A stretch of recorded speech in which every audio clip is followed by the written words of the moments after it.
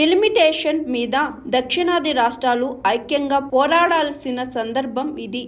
మనం సమిష్టిగా పోరాడినట్లయితే తప్పకుండా న్యాయం జరుగుతుంది.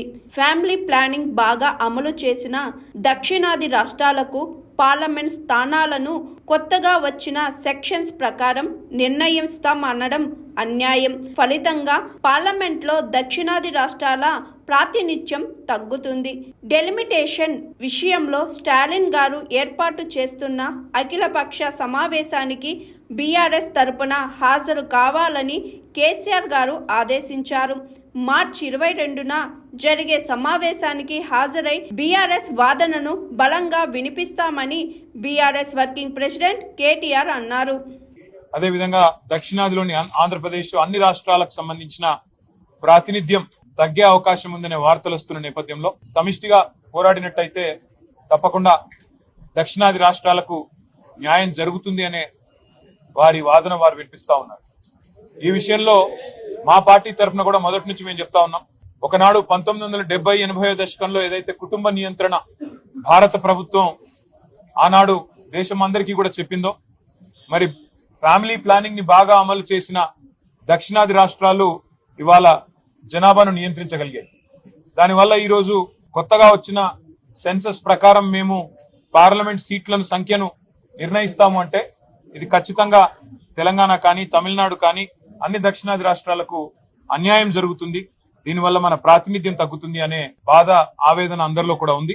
అందుకే ఈ విషయంలో మా పార్టీ కూడా తప్పకుండా అఖిలపక్ష సమావేశంలో మరి పెద్దలు కేసీఆర్ గారు ఇప్పటికే నెహ్రూ గారు వస్తున్నారు అని చెప్పంగానే తప్పకుండా మన పార్టీ కూడా పాల్గొనాలి.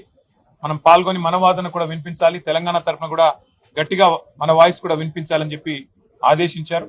మరి మా పార్టీ తరఫున ఎవరు వెళ్ళాలి అనేది తొందరలో నిర్ణయించి మరి 22 తారీఖు నాడు జరిగే సమావేశంలో పాల్గొంటాం. We will be participating in the meeting on the 22nd of March, Chennai, which will be held under the leadership of Chief Minister Tamil Nadu, Mr. Stalin. Our party also feels that the south of India, which has done exceedingly well in family planning control, cannot be penalized, cannot be punished for implementing Government of India's recommendations in 1970s and 80s.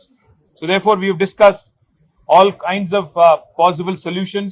Now we can collectively exert pressure on union government, and we will certainly participate in the meeting on 22nd, and we'll certainly elaborate more on that day.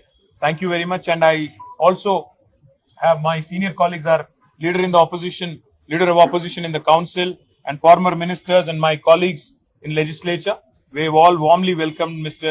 Nehru and his colleagues, and we look forward to meeting and all honorable MPs, Rajya Sabha members also are here. I thank them also, and we look forward to the meeting on 22nd in Chennai. Hi, this is Swati. Like cheyandi, share cheyandi, comment cheyandi, and subscribe cheyandi GRTV. Hi, this is Monica. Please like, share and subscribe GRTV.